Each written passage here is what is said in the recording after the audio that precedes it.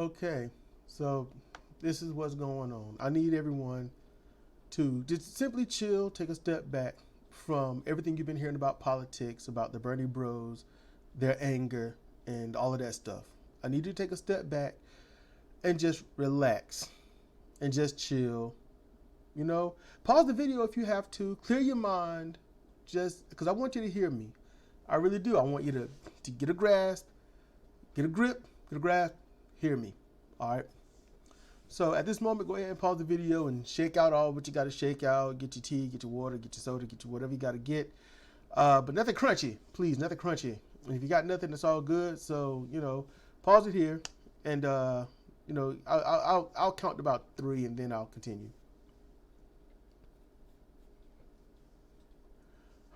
Okay.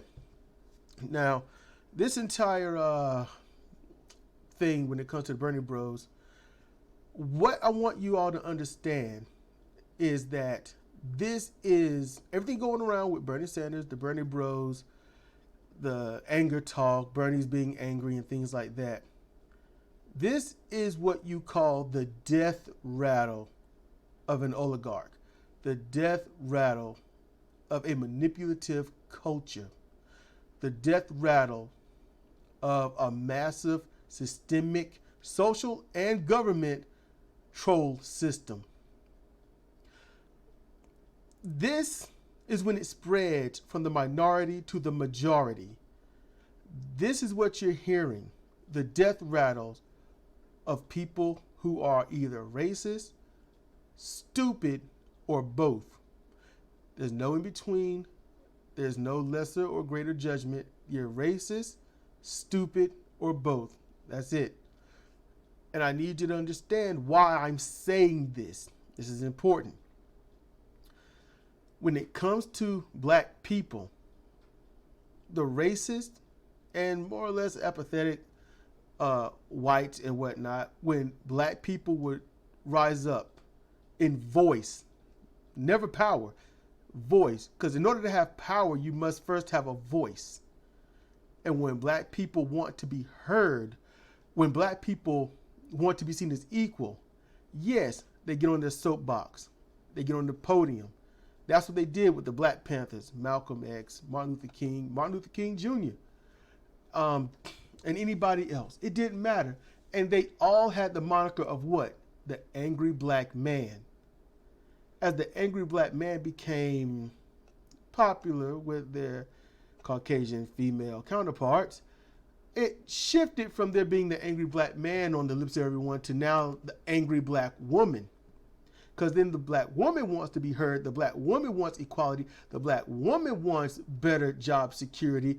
Not job security as in she got a man that's going to pay stuff. No, she has a job that's going to pay her equal to any guy there, so long as she does the equal work that any guy does. So the angry black woman is there. She's a black woman. You think that, they got many reasons to be angry, many a reason, and I don't have 45 years more to list them all. All right, the angry black man got a reason to be angry. White people never got angry. Just want you to take that to notice. White people never got angry. White people got excited, exuberant. You know, they were, you know, enthusiastic, full of vigor, you know, excitable, a little rambunctious, but never angry. I just want you to take notice of that. Never angry. And then when they were angry, they were considered, you know, crazy, loony, psychopathic, potentially murderous, where black people were just always potentially murderous. Even the ones sitting on the step, on the porch, chilling, doing nothing to nobody, they were dangerous. Angry, raging while sitting there waving, saying hello. That's gone on for so long that white people have been able to be complacent about it. It doesn't mean them, clearly. It's just code for black people. And it gets to the point it gets lost, and then they don't know really what it's talking about. They just know, oh, black people are angry. Well, what they got to be angry about? That became the talk. I don't know if anyone remember that. Oh, why do black people got to be angry? They got the same things we got. No, black people ain't got the same things you got. They don't. Never have, never will. And then you say, well, there was a black man as president. Yeah, a black man as president that didn't even want to say he was black. I just want y'all to know I'm the first biracial president. Make sure to let everybody know that. He's biracial. You know, so that, and you all know, if you got 1/8 black in you, you black. No matter how white you look, white you talk, what job you got. No matter if your hair is blonde, red, or not. You got 1/8 black in you, you black. There were court cases back in the day where a white guy was forced in the court to divorce his white woman because they said he's black. I wish all of them took some DNA tests. So what you're hearing today, those are the death rattles of that, of all of that, because they want to maintain the narrative. They want to keep gaslighting, because that's all that was gaslighting, racial gaslighting. And now you can't hide it anymore. That's why now they're saying the Bernie bros, Bernie Sanders, he's angry, he's cranky. Cranky is just another form of saying someone is old and just an angry person. They're old, like, get off my porch, get off my lawn, yada, yada. Old guy with the shotgun, yelling at the kids, running around, stuff like that. That's all. So you symbolize that. And that was never to talk to the young people. That was never even talk to the Gen Xers, No, that was to the boomers. That's who that was. And I guess Generation R, I suppose that's what Generation R would be. I should look that up. But basically anybody that's 50 and up. Simple as that. So basically anyone 10 years older than me. So, honestly, that's 54 and up. But I'm going to still say 50. I'm going to give it a little grace numbers here. Now, when it comes to all of this, they don't want to lose that power. So they use that, not now against the black people. They're using it against Bernie. They're using it against Bernie bros, and these are white people. And they know that the rhetoric that they've used, gaslighting black people, was highly racist. They know that. So now they can't hide it anymore. So since they can't hide it, they're doing more gaslighting, saying that the Bernie crowd is the racist crowd. They're angry, they're racist, liberals, college, millennials, yada, yada. They are in a full-blown panic. They don't know exactly how to strike, but they know to strike. They don't know how, where, when to strike. They just doing it. They just throwing it out there. 12 Angry Men? Well, let's throw it out on the stoop and see if the cat licks it up. That's what they're doing. They're going to throw spaghetti on the wall and see which ones stick. That's what's happening. And that's why they're bombing the airways. So Bernie Sanders, he's all over the place. You can't stop it. So they throw this all over the airways so it can't be stopped. They're trying to get this negativity equal and synonymous with Bernie Sanders, so then they can say during the general, and I guarantee you this racism and misogyny and all of this would not have come up or been exposed or even come to light if Bernie Sanders had not ran for president or won the nominee. They're going to do that.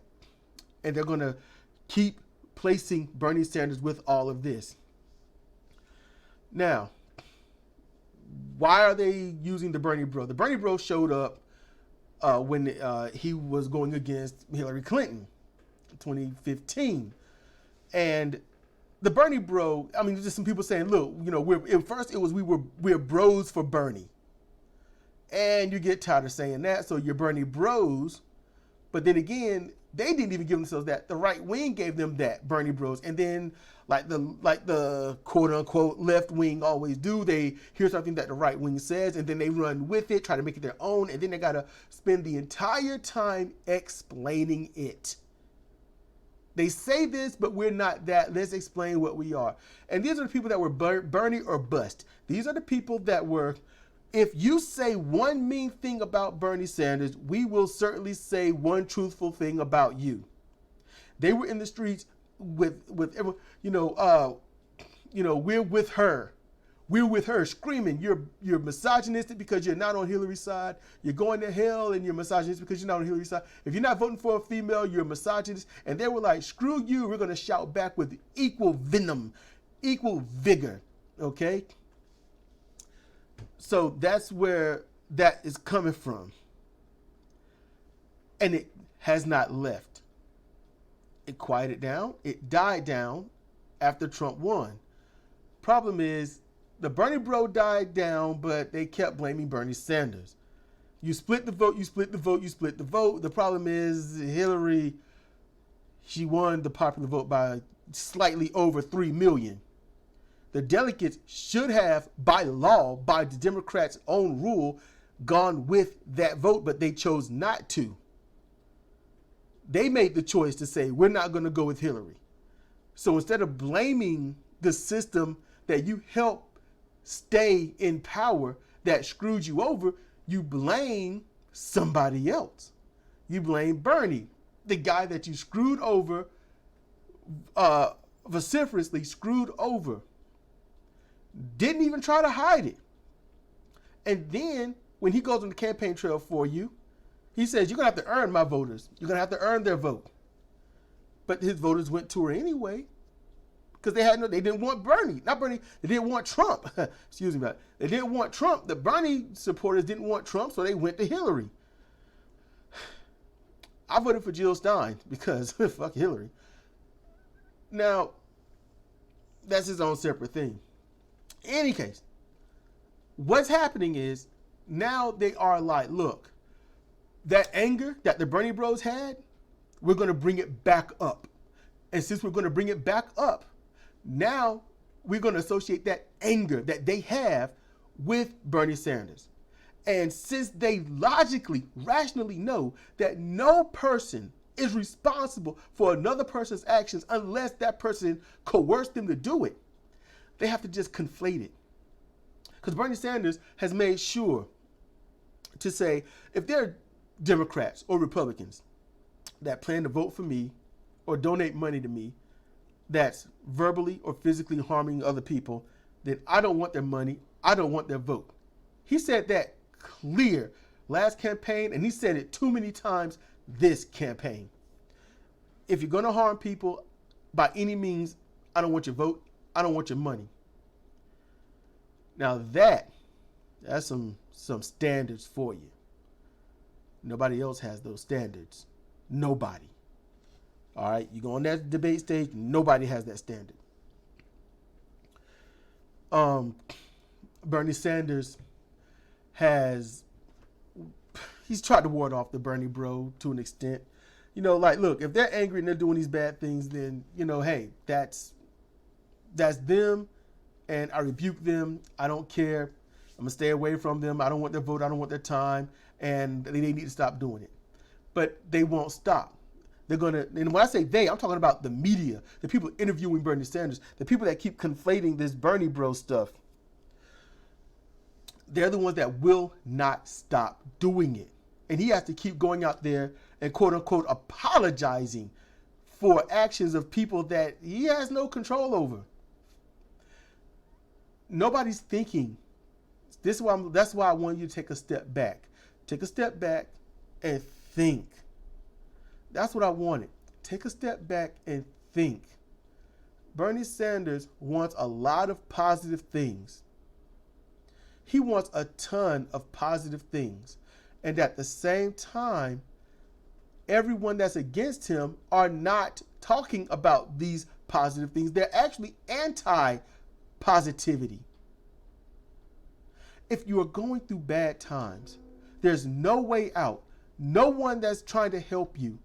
And you keep having a run of bad luck, getting dealt bad cards, and then you realize the deck is stacked against you. Wouldn't you be a little perturbed at that after a while? You can't win for losing. You're never going to get that victory. You can't get that victory because they don't want you to have that victory, because if you gain that victory, then they must take a loss, and they can't do that. Not by any means. They cannot take a loss. That's the system in a nutshell, if you want to know. That's the political career system. That is the big donor and lobbyist system.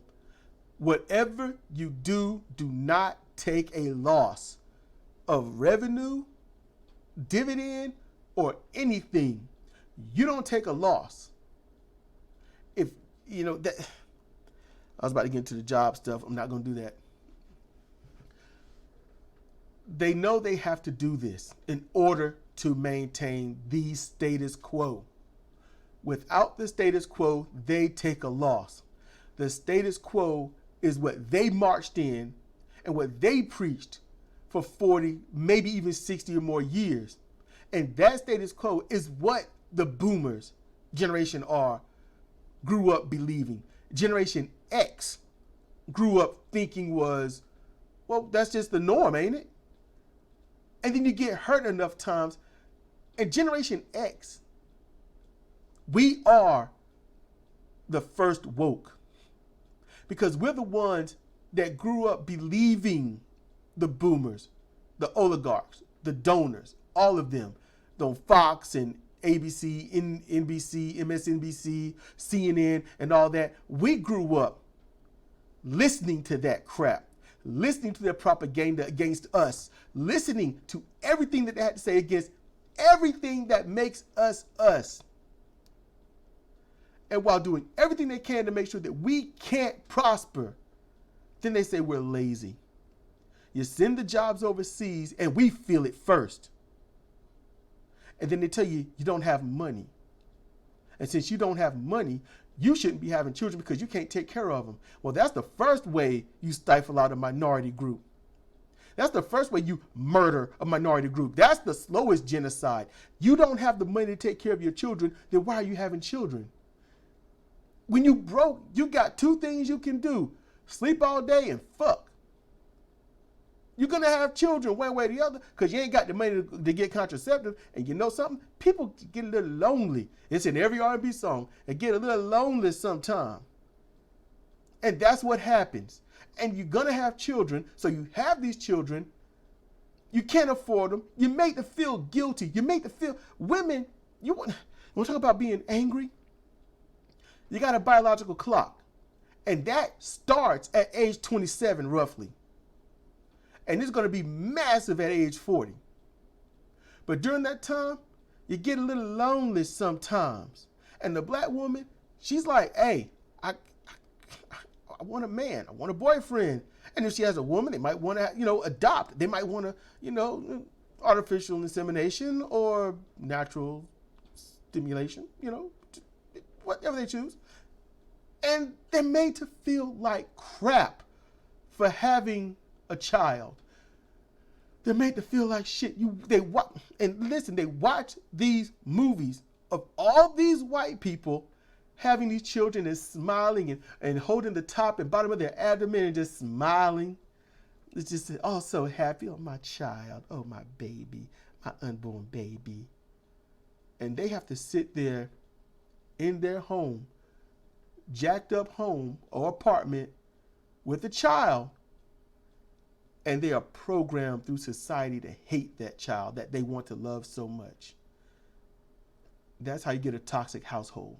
Because every single child in that home, they want to run around, they want to play.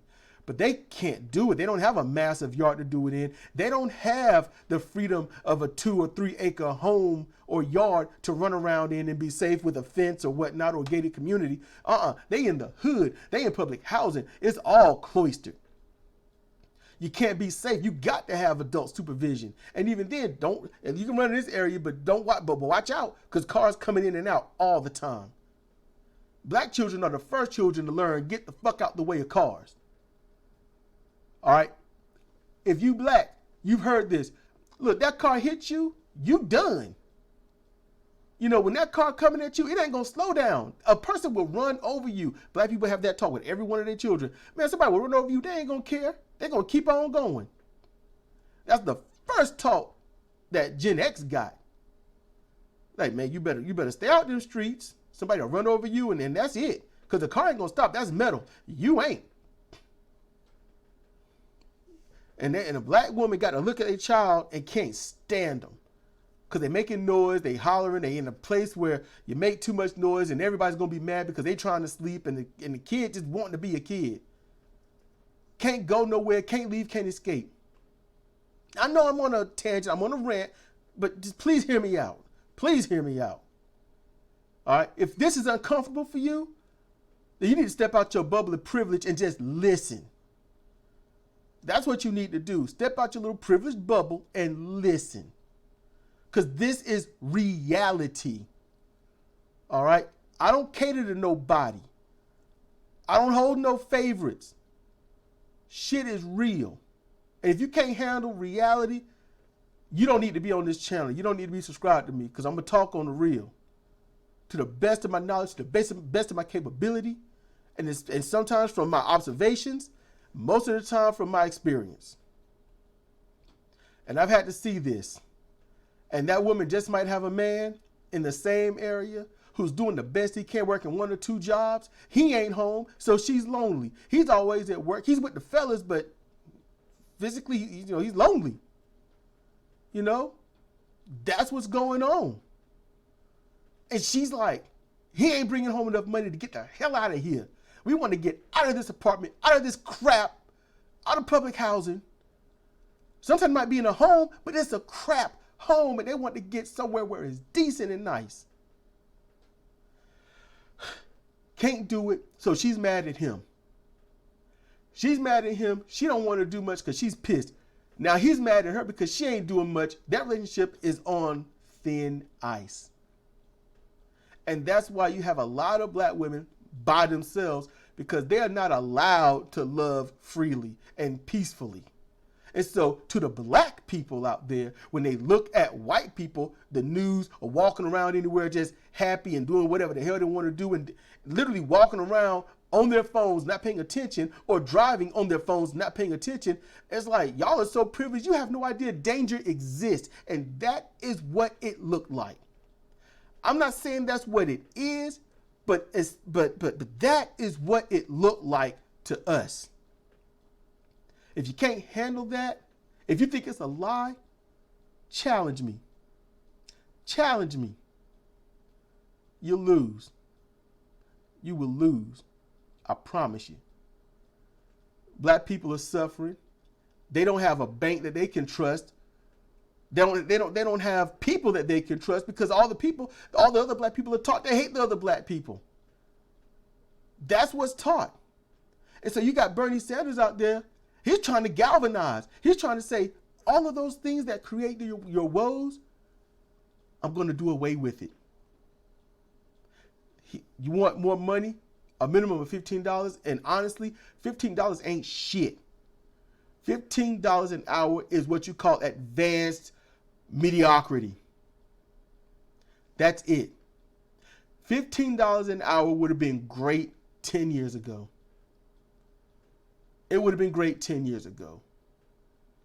But with inflation, right now, it ain't 15. Now you're looking at 19 in 1950, 1975. That's what the minimum wage will have to be that 15 they was talking about before. It's not going to work now. $15 ain't a living wage. Now that's Bernie being stuck. And he's got everyone else stuck because they galvanized for 15 back then and they won't let go. They imagine what would happen if someone in the audience said, 15 ain't enough, we need 20. You'll see the capitalists come out and everybody then. Even those that need that 20, they'll tell them no. That's Stockholm syndrome. Yeah, you need the money. White, black, Asian, Latino, Latina, it don't matter. You need that 20, but you're going to come out against it.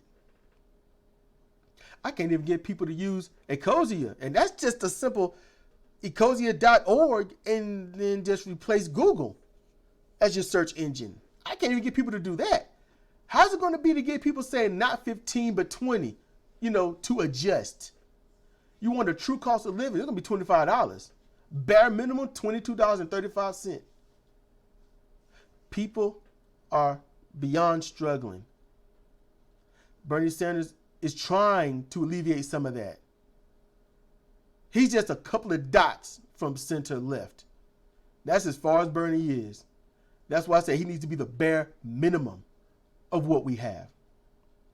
And these people are using every piece of racism against him, even to the point where assholes go on news and will conflate him with the Nazi party, the party that killed most of his family out of racism. Damn, that's fucking foul. How can that news company still have an audience? Because this is a racist country. It is racist by default. It was good until the Europeans got here. It was good until the Europeans got here. And then they brought us here. Then they hate us. And then they want to hate the natives. And then they want to bring other people in that they hate. And then when everybody says, look, let's get along because these guys hate all of us. Let's work together. And then they say, hey, look, you all can be the privileged ones if you just hate those darkest ones. You hate the Africans? We'll give you a break. You can have the high life too. And the Native Americans that they call Indians or Injuns, that they actually call savages.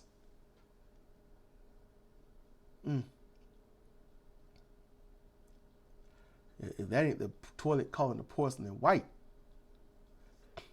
Look, they had the Native Americans go in and attack the African Americans to drive them, when they were bonding with other Native American tribes, go in and assault and destroy them.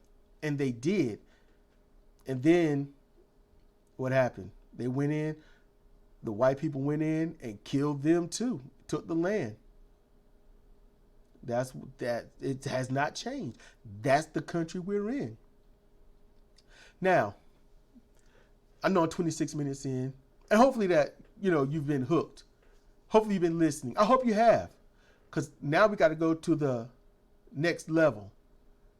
I'm going to go to the next level, because all this racism that they've been spouting for the Bernie Bros and Bernie Sanders, because after I just told you what's been going on with how they've been doing things with black people, the struggle of a black woman, the struggle of a black man, how both can't be happy because they're hardwired, they're trained to not be happy in a country where it doesn't want them to be happy. You got what you want. I'm waiting for those black people to wake up and look around and be like, wait a minute, what the fuck am I doing? That's what I would like to see. Because the Mexicans, they come here and they got their own bank. They can work together. Yeah, you complain there's a lot of them in one house, a lot of cars in the driveway. But that's money they share. That's money that they don't have to go broke. They will always have tons of food because they all have jobs, no matter how minuscule that job is, especially the job that an American citizen don't want, since you want these Americans so toxically. I'm going to tell you right now, they got the money to pay their bills, move where they want to move, start up any business they want to start up because they work together. The Mexicans work together. And some people want to, when I was young, they used to compare them to ants, derogatorily. No, that's a strength. You ever seen ants work together? Yeah, you've never seen such power. You've never seen such power. I wish black people would become ants. That's what I wish, because that's, you don't even know. Research ants and how they work together. Research ants and how they protect the queen. Research ants and how they survive. How they help each other at all points. How they'll use their own bodies to form a bridge, and then they don't necessarily sacrifice themselves. No, the others will help pull that bridge of ants over. Our military ain't even that damn close knit. Just throwing that right in your face. Now let's get down to this other crap. This racism shit. Now, they call Bernie Sanders, they saying that he's racist and all his ilk are racist, his voters are racist and all this. Not one time did they mention how, when, where, why. Let me tell you something. None of these assholes were there during Trump's run. You want to talk about Bernie Bros. What about those Trump supporters?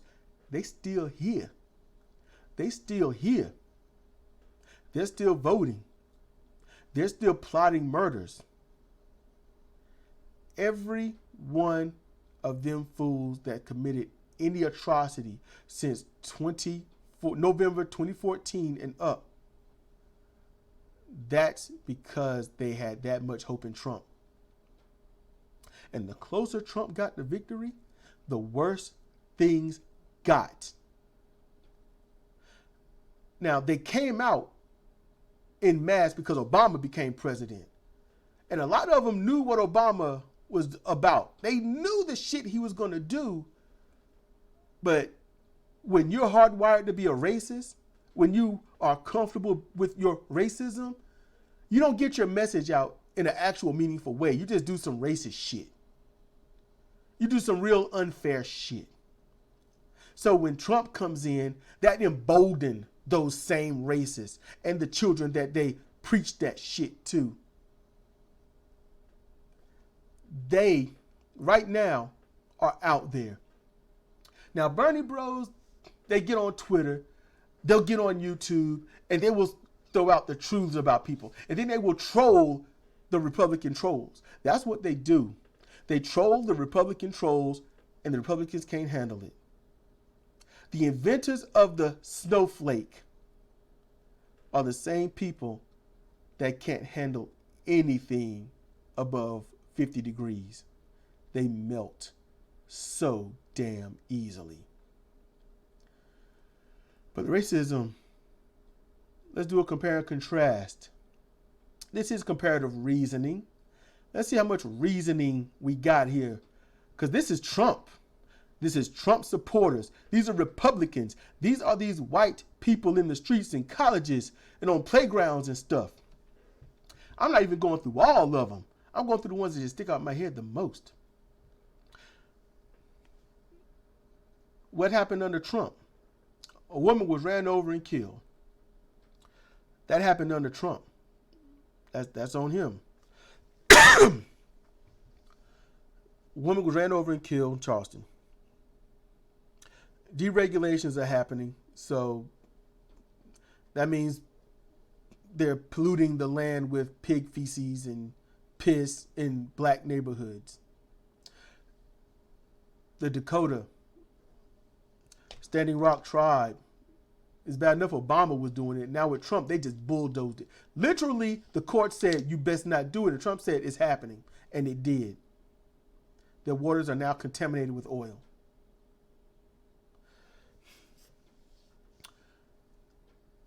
College campuses. People calling the cops on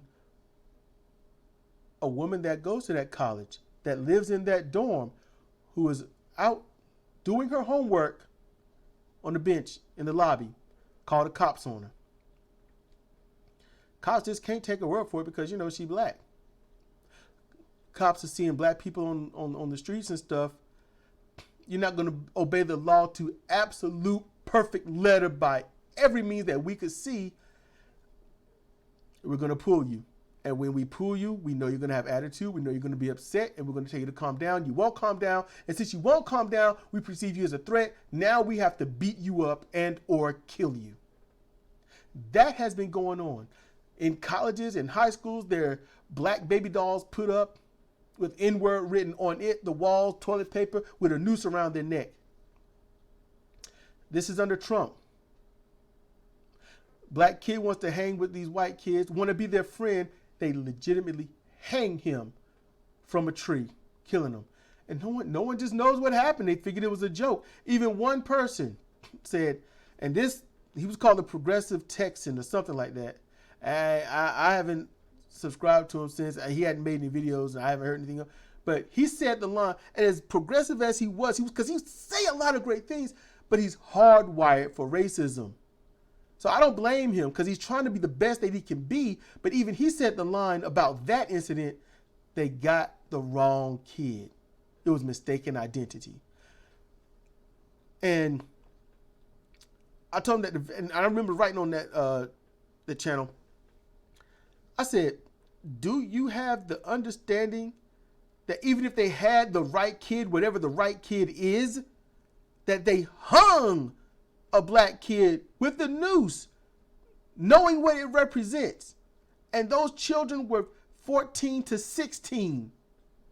And the kid messing with him was 12 or 13. He was one of those. Damn, he might have been younger. But I want to be less brutal because some might want to put him at 10. I can't remember. It's been some years. This is what's happening. This is Trump. These are people in his audience. Trump is so racist. He is so racist. A black guy, Trump supporter, ran up to him wanting to give him a note to warn him how the left wing was going to come after him. Trump kicked him out. Kicked him out. And then later, where's my African American? My goddamn. Where's my African American? Ain't that enough? Really? So, these things are happening under Trump, and I ain't even got into the political shit that's going on. Not even remotely. Where's this racist crap on Bernie's side? Bernie's people ain't killed nobody. Bernie's people haven't gone after somebody wrongfully. No, they go after the ones causing harm. They go after the ones lying. They're going after the ones that can't help but get on the waves, the airwaves and whatnot, and screw with people. That's what they're going after. That's some serious social justice. And you know, in this country, justice ain't blind, it's two-faced. This here is what racism, bigotry, and blind idiocy has done in the United States of Northern America. That's what stupidity is. Racism has nothing intelligent behind it. There's nothing intelligent with racism. It's impossible for anything racist to be intelligent. And because of that, we get some of the dumbest stuff on stage. We got Michael Bloomberg, who has racist crap after racist crap up there. And when they bring it up to him, he doesn't look shamed. He doesn't look shamed. Racism, misogyny, bigotry, transphobia, it's been called in his face on the public square. And, well, in the public square, and he scoffs at it. He rolls his eyes to it. He shrugs his shoulders like, just a few jokes. They can't handle a joke. Oh yeah, when a racist person comes up and wears a shirt that has the N-word on it, and you go to a place where a lot of black people are gathered around, what are you hoping on? Because that was with Bernie. You know, that was with Bernie's people. And that was people supporting Trump. Bernie's people just sat there and called him out. What you doing? What's your problem? These black people for Bernie. They chill. They chill. But what was that white dude wanting, huh? You know what he wanted, and if he got it, it would have been exactly what they was looking for, that violent retribution. And honestly, it would have been earned. It would have been earned. Anybody ever see Die Hard 3? You see that. It's like, you get your ass in here. You trying to get killed? Hey, you do it, they're going to kill you. If you don't do it, I'm going to kill you. You're lucky you white, Bruce Willis. And be glad it was a movie. You know, so yeah, it's stuff like that. That's the stuff that Trump supporters are doing. And I don't see Bernie supporters doing any of that. I don't see the Bernie supporters, you know, going around with N-word on their shirt. I don't hear Bernie supporters shouting, "Jews will not replace us." I don't hear the Bernie supporters shouting, was it blood and soil? I think it is. I don't hear that. I don't see any Bernie supporter or any supporter of anything of actual democracy going to a synagogue killing people. I don't see them going to, any Islamic areas and killing people. I don't see them creating false reports on a pizza shop so somebody can go in and potentially kill somebody. That's not happening with Bernie supporters. Not at all, not by one little bit. And yet, they want to cite Bernie people being racist. I know I've been talking for a while, but this is stuff I wanted to get off my chest. I want to get this off my chest for a while, and I know that I don't have a rapid pace of talking. I just don't. I got like a relaxed brain, it just takes me a little while to get things out. I'm not dumb, I'm not punchy, just got a relaxed brain, That's how that go. I suppose I got a relaxed brain. I don't know, it's going 1,000 miles a minute. And to be honest with you, while I'm talking, I am thinking about Minecraft. I keep seeing lint go out the side of my eye. I am, my scalp is super dry, so it's itchy. I'm super dry. I'm itchy. I am distracted. My phone keeps buzzing because Dusty Smith and others and others are tweeting their ass off. I am easily distracted, but I want to play Minecraft. I want to work on my wrestling. I want to do a whole lot of stuff. I want to get that done, but I'm trying to hyper focus here, and it is not fucking easy. And my foot is itching like crazy for the past 20 minutes. So I think I'm doing quite well with all of these distractions. So the Bernie bros, they've been fighting back, and they're going to keep fighting back. And I'm going to fight with them however little bit I can. But yeah, I'm at the end of this. Please leave your comments and whatnot below. This has been Cedric Kennedy for Comparative Reasoning. Thank you for listening.